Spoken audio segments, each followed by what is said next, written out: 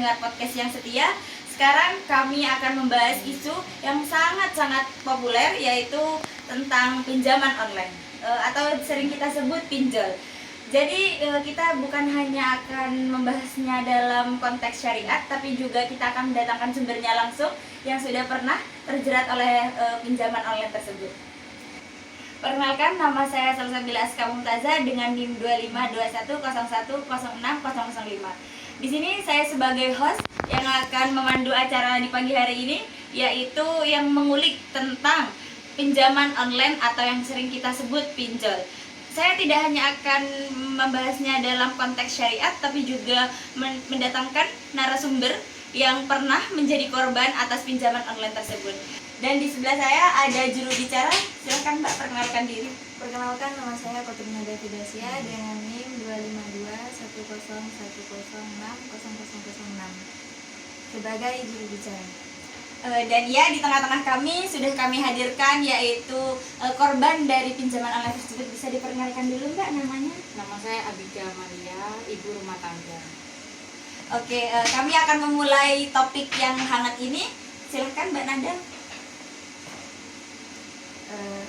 Baik Ibu, mungkin bisakah Anda ceritakan sedikit tentang bagaimana awalnya Anda bisa sampai tergiur dengan pinjaman online ini? Awalnya itu karena sudah berhenti kerja dan di rumah itu nggak tahu ngapain, ya udah mainan HP, cek-cek Instagram sama TikTok itu. Nah di situ tergiur barang-barang ya sesuai kebutuhan ya, jadinya pengen uang lebih, yaitu ikut pinjol itu, dan ternyata ya bukan malah lebih meringankan tapi malah memberatkan. Jadi seperti itu. Silakan Mbak. Jadi karena desakan kebutuhan dia. Ya. Lalu bagaimana prosesnya? Apakah semudah yang diiklankan? Iya, di iklannya itu cuman butuh KTP, terus kita foto, udah gitu aja. Nanti nunggu 5-10 menit akan dapat verifikasi. Kalau udah lolos, nah itu langsung cair ke nomor rekening. Udah seperti itu.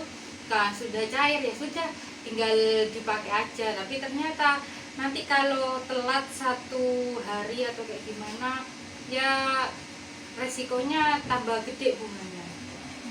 Jadi bisa kita dengarkan barusan penjelasan dari korban bahwa pinjaman online itu sangat-sangat memudahkan ya. Tapi ternyata di balik hal yang memudahkan di depan itu, di baliknya ada sesuatu yang sangat menjerat, yang sangat memberatkan ya Ibu. Iya. Assalamualaikum warahmatullahi wabarakatuh. Perkenalkan, nama saya Habibur Rahman dengan NIM 25210106007. Saya di sini sebagai juru bicara dari segi agama. Dalam Islam, bunga dalam transaksi pinjaman itu dikenal dengan istilah riba, dan riba ini hukumnya sangat tegas dalam agama kita. Allah Subhanahu wa taala berfirman dalam surah Al-Baqarah ayat 275 yang berbunyi wa ahallallahu al-bai'ah wa harrama riba. Padahal Allah telah menghalalkan jual beli dan mengharamkan riba. Ayat ini dengan jelas memisahkan antara jual beli yang halal dan riba yang haram. Riba dalam konteks pinjaman adalah penambahan nilai atas pokok utang tanpa adanya pertukaran yang adil. Inilah yang banyak terjadi pada pinjol. Oke, lanjut dengan saya.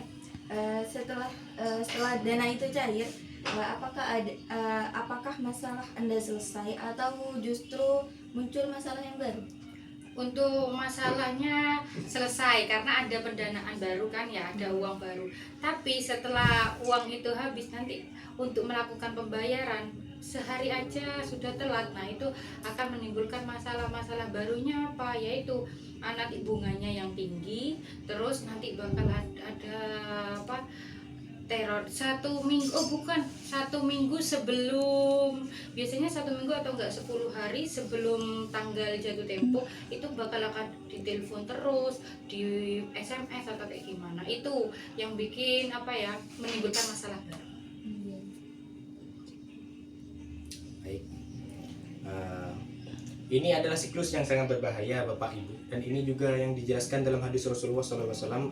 Ada sebuah hadis dari Jabir radhiyallahu anhu yang diriwayatkan oleh Imam Muslim yang berbunyi, la'ana Rasulullah sallallahu alaihi wasallam akilah ar-riba wa mukilahu wa katibahu wa sahidaihi wa qalahum sawaun. Rasulullah sallallahu alaihi wasallam melaknat pemakan riba, pemberi riba, penulisnya dan kedua saksinya. Beliau bersabda, mereka semua sama. Hadis riwayat Muslim. Hadis ini menunjukkan betapa seriusnya dosa riba. Tidak hanya pihak yang mengambil untung, tetapi juga yang memberikan. Bahkan yang terlibat dalam prosesnya ini menunjukkan bahwa Islam sangat melindungi umatnya dari praktik-praktik yang merugikan dan tidak adil, seperti riba. Lanjut, bagaimana dengan penagihan dari pihak pinjol? Apakah ada dampaknya terhadap kehidupan pribadi Anda? Iya, ada dampaknya dari kehidupan pribadi, kayak istilahnya waktu jam istirahat itu kan apa ya, penagihannya itu nggak lihat waktu. Jam istirahat sudah malam, itu kadang tengah malam itu ditelepon. Nanti kalau diangkat kan pakai nomor yang apa, anonim gitu, nomornya itu ganti yang telepon, nah, kayak gitu. Jadi waktu istirahat ditelepon atau waktu kemana itu ditelepon kayak gitu ya, merasa terganggu aja. Setelah mengalami semua ini, apa pelajaran terbesar yang bisa Anda ambil? Ya, pelajaran terbesarnya jangan sampai mudah tergiur sama hal-hal yang simpel atau instan. Contohnya yaitu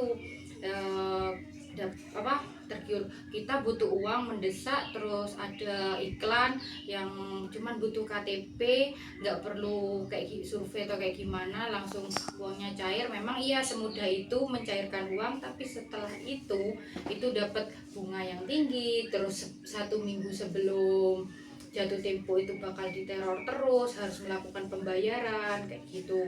Dan ya terornya itu apa ya, itu mungkin ada istilahnya kayak di record nomor kontaknya yang ada di HP-nya saya itu, nanti itu bisa ditelepon. Jadi kayak misalnya saya kan nge-save nomornya orang tua saya, anak saya, suami saya kayak gitu, atau saudara-saudara saya. Nah itu nanti nomor-nomor yang dikontak itu diteleponi. Jadi kayak gimana ya, orang yang tetangga, saudara yang awalnya nggak tahu kalau saya punya pinjaman online, jadi tahu. Karena apa? Karena pihak dari pinjolnya itu menghubungi nomor kontak yang ada, yaitu jadi mempengaruhi ya, diteror. Terus pihak yang lain yang nggak tahu apa-apa jadi tahu aibnya kita gitu. Itu sih yang bikin jangan sampai ya mudah tergiur lagi gitu. Udah, itu aja. Mungkin ada pesan untuk para pendengar kita yang mungkin sedang menghadapi situasi yang saat ini.